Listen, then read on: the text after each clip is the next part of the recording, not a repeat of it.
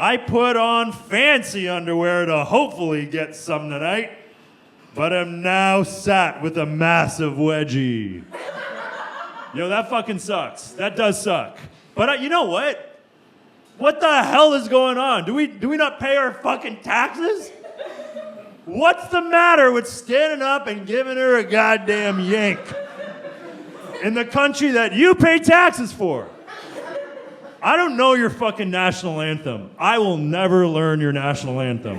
But I want to sing it right now while whoever has a wedgie stands up like a goddamn fucking patriot and unpicks the fucking cloth out of their ass or pussy hole, please.